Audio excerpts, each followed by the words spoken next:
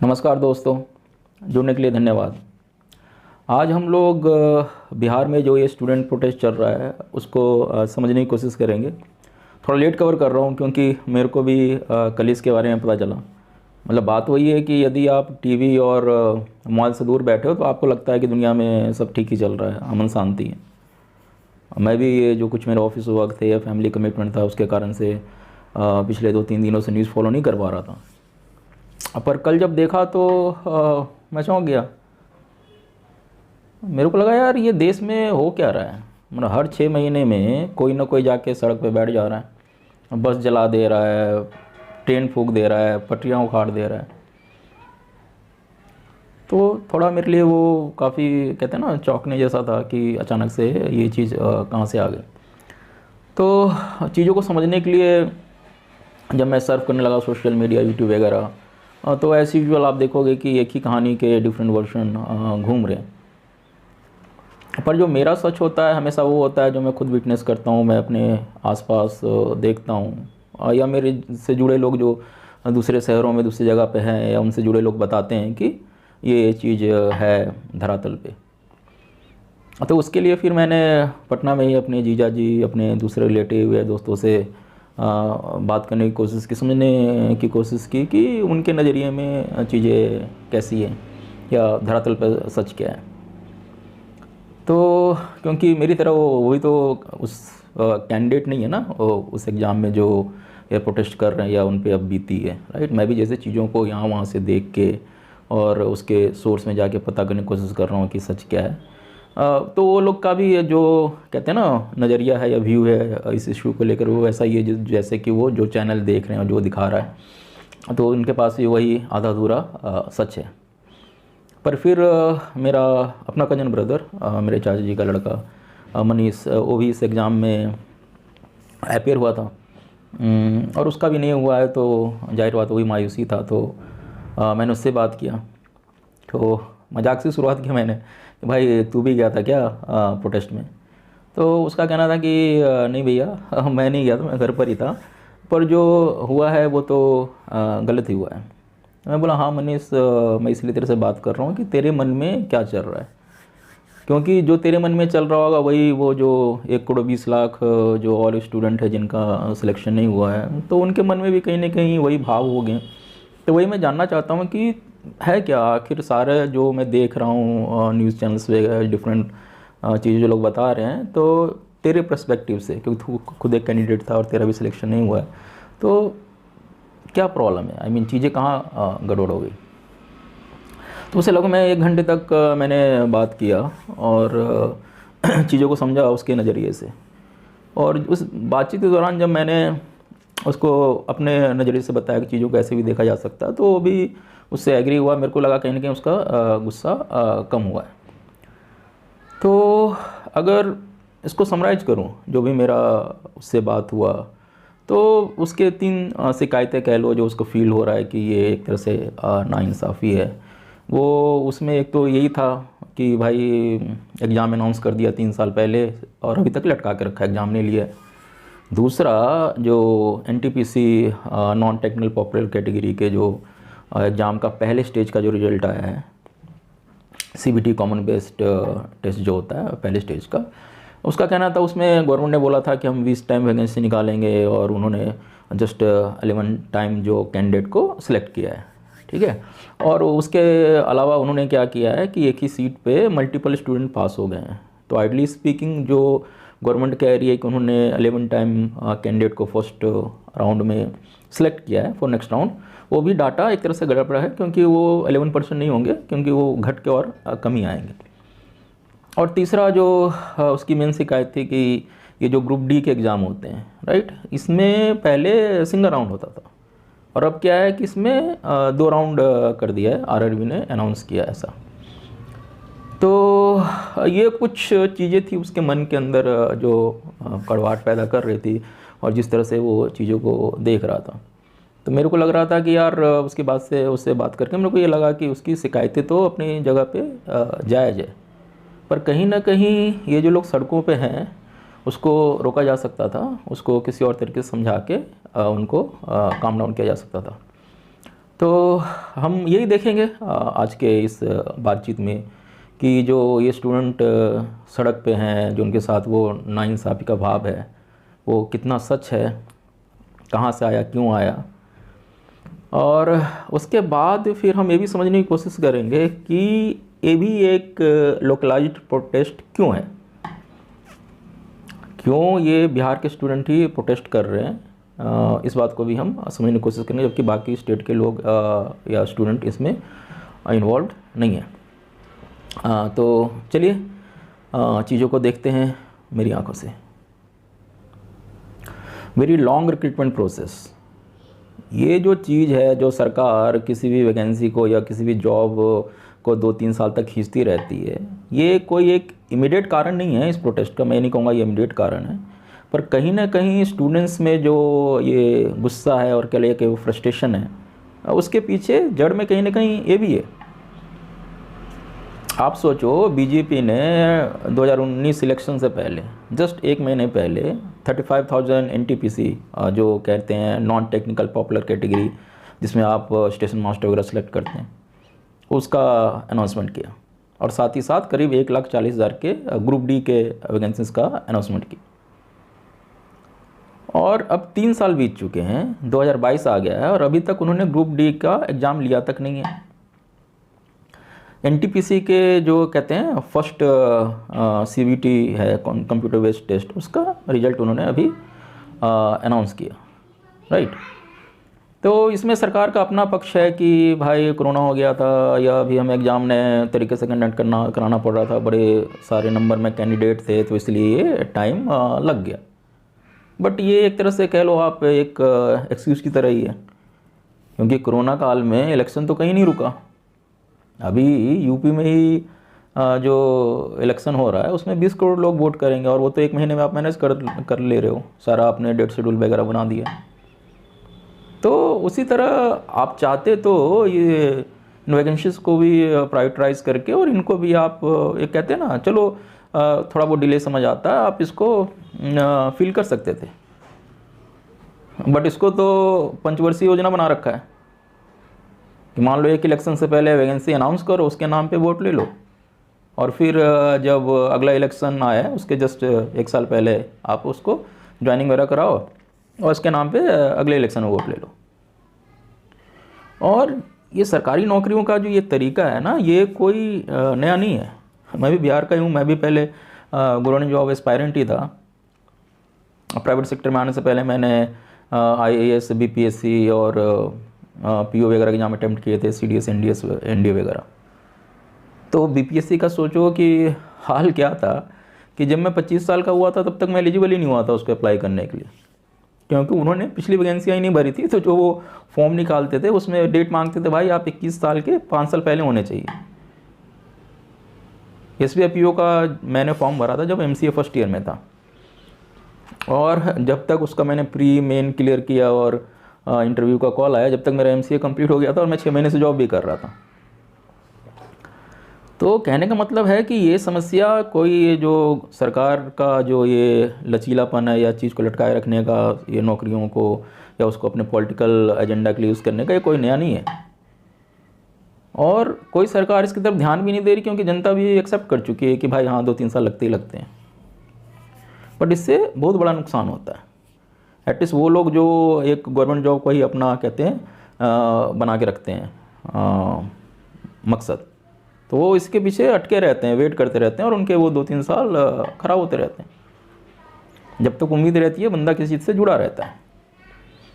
तो पहले भी मैंने मेरा जो नज़रिया था, एक मैंने 6-7 महीने पहले भी एक पोस्ट भी डाला था कि भाई इस समस्या का जो सॉल्यूशन है, चलो अब मान लेते हैं कि आप उतने जॉब सरकारी जॉब क्रिएट नहीं कर सकते, पर आप एक ट्रांसपेरेंसी तो मेंटेन कर सकते हो ना भाई। एक कानून बनना चाहिए कि कोई भी वैकेंसी होगी उसको 1 ईयर में कंप्लीट करना ज़रूरी है। जैसे हर चीज़ के लिए आप रूल बना देते हो ना, तो एक रूल ये सरकारी नौकरियों पे भी लागू होना चाहिए। दूसरा ये है कि गवर्नमेंट को हर ईयर अगले 5 साल के जॉब का प्रोजेक्शन निकालना चाहिए। अभी जॉब, गवर्नमेंट जॉब की जो वैकेंसी है वो कैसे आती है? लोग रिटायर हो रहे हैं या कुछ नए सरों की नई जगह नई रेलवे लाइन बन रही है, नए नए स्टेशन खुल रहे हैं, उससे कुछ क्रिएट होंगे, नए स्कूल खुल रहे हैं, तो आपके पास वो डाटा तो है ना कि आने वाले साल में कितने वैकेंसीज एटलीस्ट क्रिएट होने वाले। तो उससे होगा क्या कि स्टूडेंट को पता रहेगा कि हाँ भाई ठीक है, मैं देख पा रहा हूँ कि रेलवे की आने वाले 2-3 सालों में इतनी वैकेंसी आए, तो यहाँ पे मैं अपना टाइम इन्वेस्ट कर सकता हूँ, कम्पीट कर सकता हूँ। बट फिर बात वहीं घूम फिर के वहीं आ जाती है, करेगा कौन ये? मतलब अगर इतनी ट्रांसपेरेंसी ले ही आए सिस्टम में, फिर वो हर इलेक्शन में जो एक ही रिकॉर्ड घिसते रहते हैं कि 2 करोड़ नौकरियाँ देंगे, 5 करोड़ नौकरियाँ देंगे, जनता को उल्लू बनाते रहते हैं, तो वो फिर उस पर कौन विश्वास करेगा? तो ये एक समस्या ये भी है, ये जो प्रोटेस्ट जो हो रहे हैं उसके कहते हैं ना जड़ों में एक ये भी है, लोगों का फ्रस्ट्रेशन और गुस्सा जो एग्ज़ाम में इतना डिले हुआ है। Propaganda over CBT result. आज डाटा एनालिटिकल और आर्टिफिशियल इंटेलिजेंस का ज़माना है। आप एक डाटा इनपुट दोगे तो आपको उसके कई तरह के रिप्रेजेंटेशन निकल के आ जाएंगे कि भाई इस कैटेगरी में कितने सेलेक्ट हुए हैं, एक बंदा कितने सीट पे सेलेक्ट हुआ है, और ऑल काइंड ऑफ डाटा। ठीक है, तो जब आपके पास डाटा रहता है तो आप उसका यूज़ करके एक नज़रिया बनाते हो जो आपको सूट कर रहा है, यानी कि आप वो डाटा पिक कर रहे हो जो आपके कहते हैं ना स्टोरी को, दैट इज़ कॉल्ड कन्फर्मिंग बायस, वो पिक करते हो और एक नज़रिया आगे रखते हो, और आगे वाले भी जो सुन रहे हैं जिनको लग रहा है कि उनके कहते हैं ना जो उनको सूट कर रहा है, तो वो उसको कहते हैं ना ग्रैस्प कर लेते हैं अपने में, उसको सम्मिलित कर लेते हैं, मानने लग जाते हैं उसको। बात वही है कि आप चाहें तो एक नज़रिया को इस तरह से पेश कर सकते हैं जिससे लोगों में वो आक्रोश बढ़े, कहते हैं ना वो भाव है कि मेरे साथ नाइंसाफ़ी हुई है वो बढ़े, या तो आप उसको इस तरह में भी पेश कर सकते हैं जिससे वो जो उनके अंदर का वो भाव है वो कम हो। ठीक है, तो अब हुआ ये कि जब 15 जनवरी को सरकार ने ये एनटीपीसी के जो 35,000 वैकेंसीज थी उसके अगेंस्ट अराउंड 11 टाइम 3,85,000 स्टूडेंट्स को फर्स्ट राउंड के लिए सेलेक्ट किया जो अगले राउंड में कम्पीट करेंगे। अभी होता ये है कि जो कोचिंग इंस्टीट्यूट वाले हैं, और चलो मैं एक एग्जाम्पल लेके चलूँ तो खान सर, तो वो अपने बच्चों को ये बताते हैं कि भाई सरकार ने तो बोला था कि 20 टाइम वैकेंसी निकालेंगे, सॉरी 20 टाइम बच्चों को सिलेक्ट करेंगे फर्स्ट राउंड में अगेंस्ट द वैकेंसी, तो उस हिसाब से भाई 7 लाख बच्चे फर्स्ट राउंड में आने चाहिए थे, और पर ये तो 3,85,000 ही आए हैं, तो उस हिसाब से आप लोग का लॉस हुआ है, नहीं तो आप सेलेक्ट हो जाते। अभी मैं पढ़ा रहा हूँ तो थोड़ी है कि भाई आप रह जाओगे। और दूसरी बात ये है कि जो नया एग्ज़ाम पैटर्न है, ठीक है, उसमें जो इंटरमीडिएट के स्टूडेंट हैं उनको लॉस हो रहा है। और तीसरी बात जो है वो ये है कि एक ही कैंडिडेट 4-5 सीट पे सिलेक्ट हो रखा है, तो जिस कारण से क्या है कि जो सरकार कह रही है कि जो 11 टाइम कैंडिडेट को सिलेक्ट किया है 3,85,000 जो हैं, वो आइडली स्पीकिंग इन ग्राउंड कह लो कि उतने नहीं हैं। रियल में जो स्टूडेंट अगले राउंड में गए हैं वो मे बी 2,80,000 ही हों। सो ये 3 चीज़ें जो हैं वो खान सर ने अपने बच्चों को बताया, और ऑब्वियसली जो 1 करोड़ 20 लाख बच्चे जो रह गए हैं फर्स्ट राउंड में वो उससे परेशान होंगे। उनको लगेगा कि हाँ भाई अभी मेरी उम्मीदें बस्ती अगले राउंड के लिए, तो उनका ठीक है, उनके मन में जो ये भाव आ रहा है ये सब चीज़ों को सुनकर। और इसी चीज़ को खान सर ने एनडीटीवी में जाके पूरे देश को भी समझाया। ठीक है, बट पता नहीं क्यों वो उनका जो वो सिंपल वर्ड में वो समझा रहे थे वो मेरे समझ में नहीं आया। मेरे को लगा कि जो पुराना पैटर्न है और जो नया पैटर्न है उसमें कोई ज़्यादा फ़र्क नहीं है, एटलीस्ट इतना फ़र्क नहीं है कि उसके लिए भाई आप सड़क पे आ जाओ। और यही बात है जब मैंने मनीष जो मेरे भाई से जब मैं बात कर रहा था उसको जब मैंने अपने नज़रिए से बोला यार मेरे को चीज़ें ऐसी दिख रही है, तो वो समझा भी इस बात को। तो जो खान सर ने समझाया है और जो चीज़ों को मैंने समझाई अपने भाई मनीष से बात करके चीज़ों को समझी, वो हम कंपेयर कर लेते हैं खान सर के बताए बातों से और जो ये कंसर्न है, तो हम चीज़ों को और सिंपल रखते हैं। हम रखते हैं कि 2 जॉब है, आप ये ग्राफ देख सकते हैं, ठीक है। तो 2 जॉब निकले हुए हैं, एक का एग्ज़ाम पुराने पैटर्न में हुआ है और उन्हीं 2 जॉब का एग्ज़ाम नए पैटर्न में हुआ है, ठीक है। अब होता ये है कि पुराने पैटर्न में, हाँ ये बात आप समझ लो कि ग्रेजुएट वाला इंटरमीडिएट में भी भर रहा है, वो सब चीज़ें चेंज नहीं हुई है। आप ग्राफ में देखोगे, देखो जॉब ए में अरुण है, यानी मैं ग्रेजुएट हूँ, मनीष मेरा भाई है जो इंटरमीडिएट है, और बाकी स्टूडेंट कंपटीशन के लिए हैं उसमें। जॉब बी में सिर्फ मैं हूँ, क्योंकि मैं ग्रेजुएट हूँ, वहाँ मनीष नहीं, वो अप्लाई नहीं कर सकता, और नए सिस्टम में भी सेम है, ठीक है। अब पुराने सिस्टम में क्या है कि जॉब ए का एग्ज़ाम एक दिन होता है अलग, और जॉब बी का एग्ज़ाम एक दिन अलग होता है, ठीक है। जिस दिन मनीष एग्ज़ाम देने जाता है और उस दिन मैं भी आता हूँ एग्ज़ाम देने के लिए, हम दोनों एक ही पेपर को अटैम्प्ट करते हैं, ठीक है। तो उस जॉब के लिए जब रिजल्ट आएगा तो वहाँ तो कोई डिफरेंट कट ऑफ नहीं है। ऑब्वियसली जो मेरा चांस है जॉब ए में उसको बीट करने का मनीष का, वो ज़्यादा है, क्योंकि मैं उससे ज़्यादा पढ़ा हूँ, या कह लो ज़्यादा मैच्योर हूँ।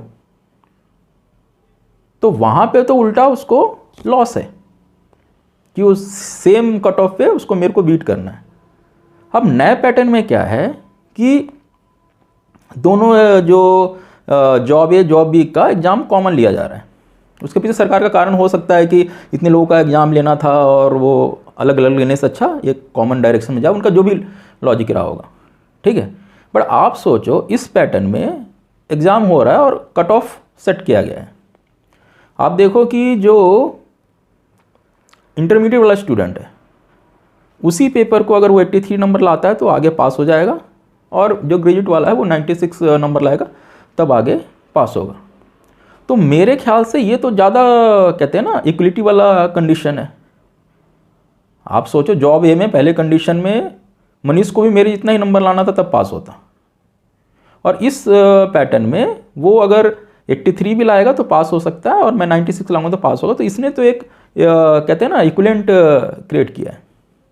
हाँ, अब ये जो कन्फ्यूजन है, आप देखोगे खान सर का वीडियो, तो उन्होंने ये जो कट ऑफ को ना स्विच करके दिखा रखा है। वो कह रहे हैं कि भाई एग्ज़ाम तो कॉमन कर दिया है, सेम पेपर इंटरमीडिएट वाला अटैम्प्ट करेगा, सेम पेपर ग्रेजुएट वाला अटैम्प्ट करेगा, और जब नंबर लाने होंगे तो अगर इंटरमीडिएट वाला 96 लाएगा तब उसको पास माना जाएगा, ग्रेजुएट वाला 83 लाएगा तब पास माना जाएगा। तो ये तो आई मीन कोई सेंस ही मेक नहीं करता है। मेरे को लगता है वो सर जब लिख रहे थे बोर्ड पे तो वहाँ पे उन्होंने चीज़ों को गलती से स्विच करके लिख दिया है। आप जो जानते होंगे मेरे को करेक्ट कर देना, बट वो बिल्कुल सेंस मेक नहीं करता जो वीडियो में उन्होंने वो कट ऑफ का जो शिफ्ट करके लिखा हुआ है। तो इस तरह से जब वो खान सर समझा रहे हैं तो मेरे हिसाब से नया पैटर्न इंटरमीडिएट के स्टूडेंट के लिए बेटर है, ठीक है।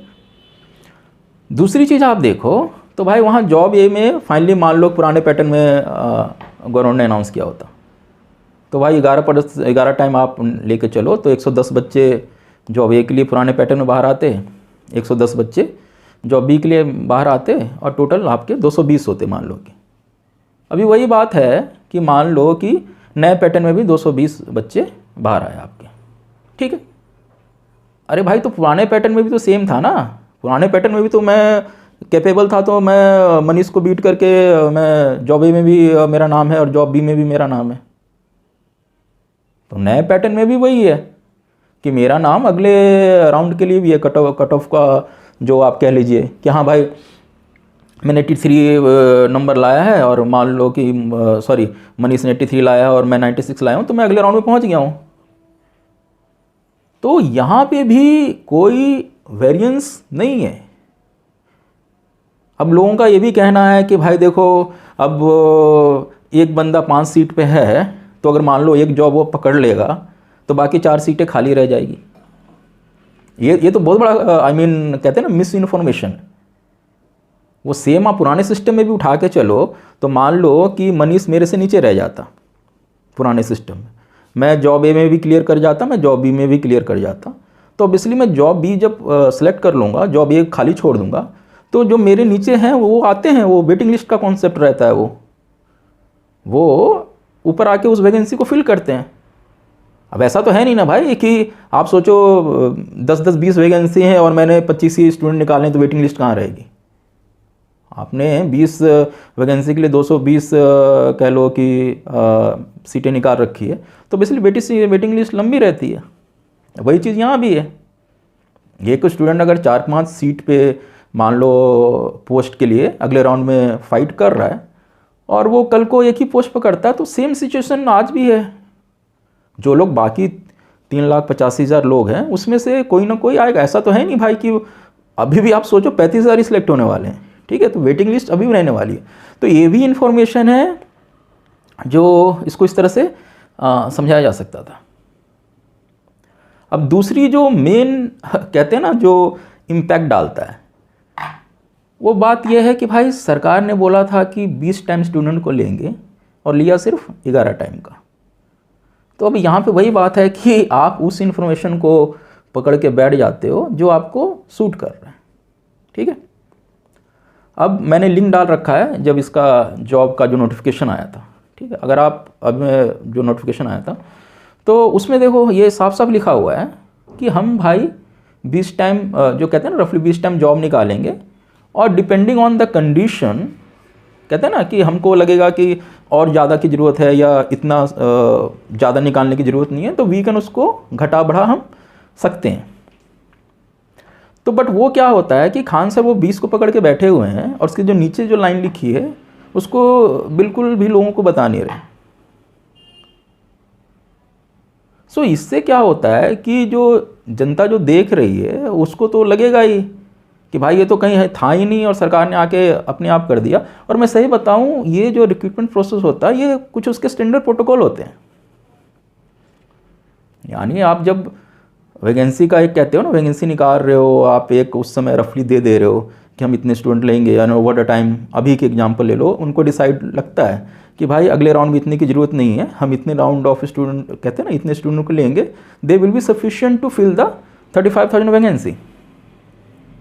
तो रिक्रूटर को ये लग रहा है तो वो 7 लाख या 10 लाख क्यों निकालेगा। निकालने से ऐसा तो नहीं है कि भाई 7 लाख 10 निकाले तो जॉब भी बढ़ जाएंगे। सो यहाँ पे मेरे को लगता है कि जो स्टूडेंट को बातों को समझाया गया, उसको अगर इस तरह ना समझा के उनको इस वे में समझाया जाता कि चीज़ें वैसी ही हैं, 35,000 लोगों की जॉब लगने वाली है, आप ये मान के चलो कि जो 3,85,000 आए हैं वो आपसे बेटर करके आए हैं, तो दे आर कहते हैं ना काबिल जो बोलते हैं, वो जॉब के लिए हकदार हैं, तो वो है। और यही सेम होगा, ये 3,85,000 भी अगले राउंड में जाएंगे भाई तो 3,50,000 तो निकल जाएंगे ना, बाकी जो 35,000 ही सीट है तो उतने ही बचेंगे। हाँ ये ज़रूर है कि जो स्टूडेंट की जो उम्मीदें थी वो थोड़ी पहले टूट गई, और ऑब्वियसली जो कोचिंग इंस्टीट्यूट वाले के जो और जो इनकम आते रहते हैं, ऑब्वियसली स्टूडेंट जो सेलेक्ट होते हैं अभी और पढ़ते रहते हैं अगले राउंड के लिए, तो उनकी थोड़ी जो कहते हैं ना जो सोर्स ऑफ इनकम है या जो उनका मंथली टर्नओवर है वो कम हो गया। सो एक ये मेरा टेक है इस सारे मुद्दे पे जो खान सर ने बच्चों को बताया या देश को बताया। Change in group D exam pattern, ये एक्चुअली एक ट्रिगर है ये प्रोटेस्ट का वायलेंस होने का। अभी होता क्या था कि पहले जो ग्रुप डी के एग्ज़ाम होते थे जिसमें ये आप कह लो हेल्पर, प्यून और इन सब लोगों के जो सिलेक्शन होता था वो एक ही राउंड में हो जाता था, यानी आपने क्लियर कर लिया बस आपको जॉब मिल गया। तो भाई ऐसा था कि जो अभी 1,20,00,000 स्टूडेंट फेल हुए थे NTPC CVT 1 में, ऑब्वियसली वो अब उनकी नज़र थी कि अब हम ग्रुप डी वाले में फ़ाइट करेंगे और एटलीस्ट वो जॉब हमें मिलेगा। पर अब ये अचानक से सरकार आके कहती है कि अब हम उसमें भी 2 राउंड लेंगे। तो एक तरह से वो जो सरकार की कहते हैं ना नादानी है, बेवकूफ़ी जो भी कह लो आप, कि भाई पहले ही स्टूडेंट नाराज़ हैं, ठीक है, और आप आके उस कह रहे हो कि अगले एग्ज़ाम में भी अब हम 2 फेस में करेंगे। और तो ये एक तरह से कहते हैं ना आग में घी डालने जैसा है, और उस पर आके थोड़ा और घी खान सर ने डाल दिया कि भाई देखो सरकार मनमानी कर रही है, या नोटिफिकेशन में कभी था ही नहीं कि 2 राउंड करेंगे और अभी अचानक से वो 2 राउंड कर रहे हैं। बट इसमें सरकार का भी पक्ष है कि भाई नहीं भाई, हमने जब नोटिफिकेशन जारी किया था तो ये राइट हम अपने पास हमने रखा था कि अगर हमें ज़रूरत महसूस होगी तो हम 2 राउंड करवाएंगे, ठीक है। और गवर्नमेंट यहाँ पे सही बोल रही है उस सेंस में, आप मैं लिंक दे रखा हूँ, आप जाके वो पढ़ सकते हो जहाँ पे उन्होंने ये कह रखा है। बट भाई कहने का बात यही है कि आप ये तो बताओ कि आपको ये ज़रूरत क्यों फील हो रही है, अभी आपको ये क्यों लग रहा है कि भाई ग्रुप डी के लिए भी हमें 2 राउंड की ज़रूरत है, एक्सप्लेन करो। वैसे तो अगर मैं सही बताऊं तो हर रिक्रूटर को अपना वो हक है कि वो रिक्रूटमेंट प्रोसेस तरह रखे कि उसे कहते हैं ना ज़्यादा से ज़्यादा काबिल बंदा है उसको वो चुन सकें। पर जो ये सरकारी नौकरियां हैं राइट, सो इनमें एटलीस्ट चलो ग्रुप डी की अगर मैं बात करूं तो आई डोंट थिंक कि इसमें आप कुछ ऐसी चीज़ें ढूंढ रहे हो कि भाई अभी स्टूडेंट को सिलेक्ट करोगे फिर अगले राउंड में उसके और जज करोगे, and after all they are going to do those minimal job जहाँ वो अटेंडर हैं, प्यून हैं, हेल्पर हैं या फ्लैगमैन हैं, इस तरह के रॉ जॉब कर रहे हैं, ठीक है। सो मेरा जो पर्सनल व्यू है वो ये है कि भाई ग्रुप डी में आपको 2 राउंड की ज़रूरत नहीं है, ठीक है। और ये अननेसेसरी था सरकार की तरफ से ये अनाउंसमेंट, और इनको करना भी था अनाउंसमेंट तो थोड़ा पहले करते। ये कहते हैं कि वो जब आग मची हुई है तो आप उसमें आके और कूद रहे हो वाली बात है, ठीक है ना। तो यहाँ पे सरकार को ये डिसीज़न जल्द से जल्द वापस ले लेना चाहिए। तो आई होप कि अभी जो कमिटी वगैरह बनी भी है और वो एक डिसीज़न पे आएंगे और होपफुली ये जो एटलीस्ट ग्रुप डी का जो एग्ज़ाम है वो 1 राउंड में कहते हैं ना जो जैसे चल रहा था उसको रिस्टोर कर लेंगे। होपफुली जो भी स्टूडेंट के कंसर्न है रिगार्डिंग इन द CBT 1 वो भी आने वाले दिन में कहते हैं ना गवर्नमेंट उसको मान ली। सो ये थी अभी जो प्रोटेस्ट वायलेंट होने का जो कहते हैं मेन वजह। बिहार में ही प्रोटेस्ट क्यों, हम इस चीज़ को समझते हैं क्योंकि जो ये 1,25,00,000 बच्चे अपेयर हुए हैं NTPC के लिए या 1,15,00,000 अपेयर हुए थे ग्रुप डी ये एग्ज़ाम के लिए, तो ऐसा तो है नहीं कि वो सारे बिहार के स्टूडेंट हैं या बिहार के बच्चे हैं, वो तो ऑल अक्रॉस इंडिया से सब लोग ने अप्लाई किया है। जॉब वैकेंसी भी ऑल अक्रॉस रीजन है। तो ऐसा क्यों है कि जो बिहार के स्टूडेंट ही सड़कों पे हैं और बाकी स्टेट में इसका इम्पैक्ट नहीं है? उनको क्यों नहीं लग रहा दूसरे स्टेट के बच्चों को कि भाई कुछ गड़बड़ हो गई है या चीज़ें कुछ अलग तरीके से होना चाहिए थे, उनसे नाइंसाफ़ी हो गई? तो मेरे को क्या लग रहा है ये पिछले 4-5 सालों से कि ये पैटर्न बन गया लोकलाइज प्रोटेस्ट का। भले वो CA हो जो दिल्ली में सीमित था, किसान प्रोटेस्ट हो, फार्मर प्रोटेस्ट जो पंजाब में सीमित था, और ये अभी जो स्टूडेंट प्रोटेस्ट, इन सब के पीछे लोकल सोशल इकोनॉमिक कारण होते हैं, सोशल माइंडसेट होता है और साथ में एक इंस्टिगेटिंग फैक्टर होता है। आप सोचो जो केरोसिन पेट्रोल भी खुद से नहीं जलता, उसको भी तिल्ली की ज़रूरत पड़ती है। तो वही बात है कि जहाँ पे ये सारे 2 चीज़ें मिक्स होती है वहाँ पे ये प्रोटेस्ट आ रहे हैं। तो अगर मैं सोशल इकोनॉमिक चीज़ों की बात करूँ तो बेसिकली बिहार के जो समाज है उसका माइंडसेट ऐसा है कि गवर्नमेंट जॉब ही सब कुछ है। मे बी वो इसलिए कि वहाँ पे कभी प्राइवेट सेक्टर का कोई प्रेजेंस रहा नहीं, इंडस्ट्रीज नहीं रहे, या कह लो सॉफ्टवेयर फील्ड का कोई प्रेजेंस नहीं है। तो लोगों ने जो भी देखा है अपने परिवार वगैरह को या नहीं अपने फैमिली में, सब लोग गवर्नमेंट जॉब में ही हैं, ठीक है। दूसरे जो स्टेट्स हैं उसमें ये वाला फंडा नहीं है, गवर्नमेंट जॉब उनके लिए एक ऑप्शन है। हो सकता है जो बच्चे अदर स्टेट्स से अपेयर हुए हैं वो कुछ ना कुछ जॉब ऑलरेडी कर रहे हो या अपने उस स्किल को बिल्ड कर रहे हैं जिसके बेसिस पे उन्हें लगता है कि भाई अगर नहीं होगा तो चलो कुछ और काम कर लेंगे। या तो उनका ये भी माइंड सेट है कि भाई चलो रेलवे में प्यून ज्वाइन नहीं होगा तो जाकर किसी प्राइवेट कंपनी में प्यून ज्वाइन हो जाएंगे। पर बिहार में जहाँ सरकारी प्यून को वो सॉफ्टवेयर से ऊपर मानते हैं, अगर एक बंदे को अपनी बेटी की शादी करनी है, चूज़ करना है तो सरकारी प्यून से कर देगा। तो वहाँ पे ये प्रॉब्लम आती है कि आपने जो सरकारी नौकरी है उसको वन एंड ओनली विकल्प बना के रखा है। जब तक आपका एज क्राइटेरिया फुलफिल हो रहा है या जब तक आप एलिजिबल हो आप उसी में लगे रहते हो। और और ये मैं दूसरे की क्या बात करूँ, मैं खुद ऐसा नहीं है, मैं खुद 5 साल आईएएस के लिए लगा रहा, और अगर कुछ कहते हैं ना मेरी डेस्टिनी मेरे को इस एमसीए फील्ड में नहीं लेके आती तो मैं अगले 2 साल भी वो देता रहता। बट वो समहाउ उस समय कुछ हालात ऐसे बने कि कहते हो ना कि भाग्य ने या डेस्टिनी ने मेरे को एक नया रास्ता दिया जिस पे मैं मुड़ गया, और आज मैं एक अच्छे पोजीशन पे हूँ, और कह लो कि एक काफ़ी अच्छे पैकेज पे हूँ, एक अच्छी ज़िंदगी जी रहा हूँ। उसी तरह मैं, जो मेरा भाई मनीष है जो इन सब एग्ज़ामों को अटैम्प्ट करता रहता है, उसको भी मैं बोलता हूँ यार कि साथ में कुछ सीख ले, या कुछ प्रोविजनल स्टोर डाल दे, या फोटोग्राफी सीख ले, वीडियोग्राफी सीख ले, या कुछ इलेक्ट्रिक का काम सीख ले, कि कल को ज़रूरत पड़ने पे तू अपना, कहते हैं ना, अपना जो लिविंगहुड अर्न कर सके। तो वही है भैया, अभी तो है, अभी ट्राई कर रहा हूँ। और ऐसा ये नहीं है, अभी उसका जो बड़ा भाई राकेश है, ठीक है, उसने भी सारे, जब तक जॉब का एज था वो लगा रहा, और जब कहते हैं ना फाइनली जब आपकी एलिजिबिलिटी नहीं रही, तब फिर उसने सोचना शुरू किया कि अभी क्या करना चाहिए। अब उस समय उसने अपने नए रास्ते की तलाश की, फिर उसने गांव में ही पोल्ट्री फार्म खोला, और देखो कि आज के डेट में उसकी मैं जो मंथली इनकम बताऊं एवरेज, तो ही इज़ अर्निंग 60 to 70,000। उतना अगर वो मान लो कि ग्रुप डी में चला जाता, या चलो स्टेशन मास्टर बन जाता, unless until you are doing corruption और ऊपर से पैसे कमा रहे हो, तो आप उससे उसकी इनकम काफ़ी अच्छी है, ज़्यादा है। और मैं उसको फ्रैंकली दिल से कई बार बोलता हूँ, वो मुझे कहता भैया आपका जॉब बहुत अच्छा है।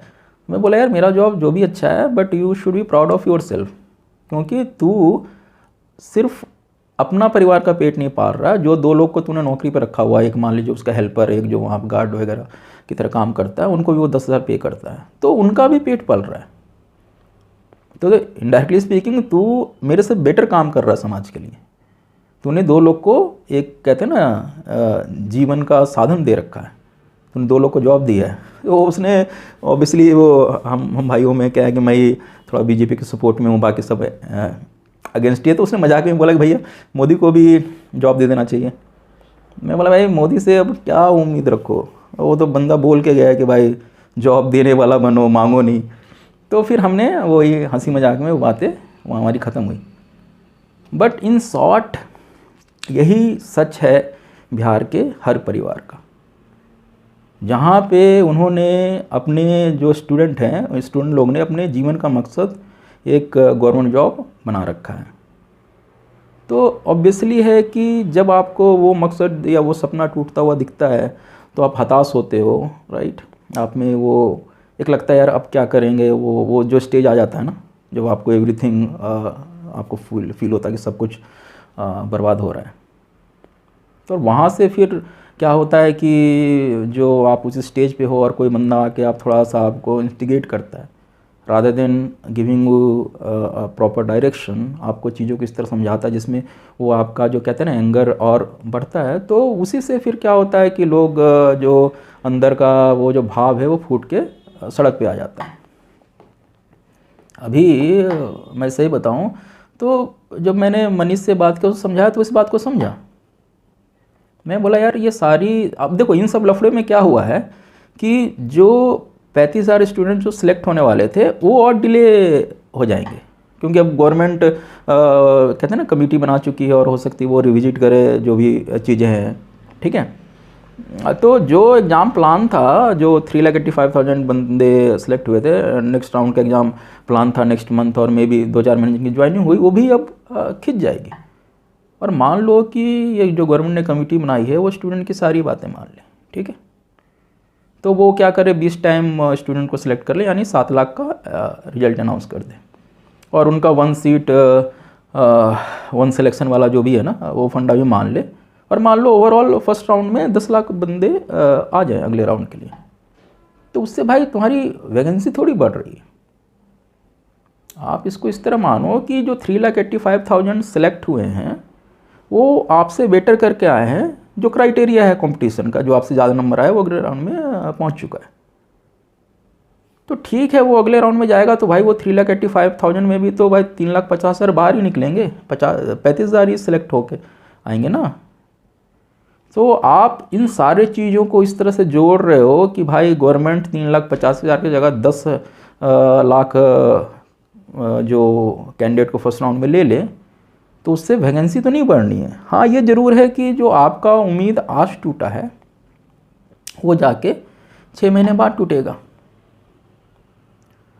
तो यही सच था ये जो सारा मामला है मेरे नज़र से, कि इसको अगर आप किसी और वे में बच्चों को समझा पाते, भले वो सरकार फेल हुई उसमें, या जो भी बच्चे के पेरेंट है या जो भी फेल हुए उस कारण से ये सारी चीज़ें हुई है।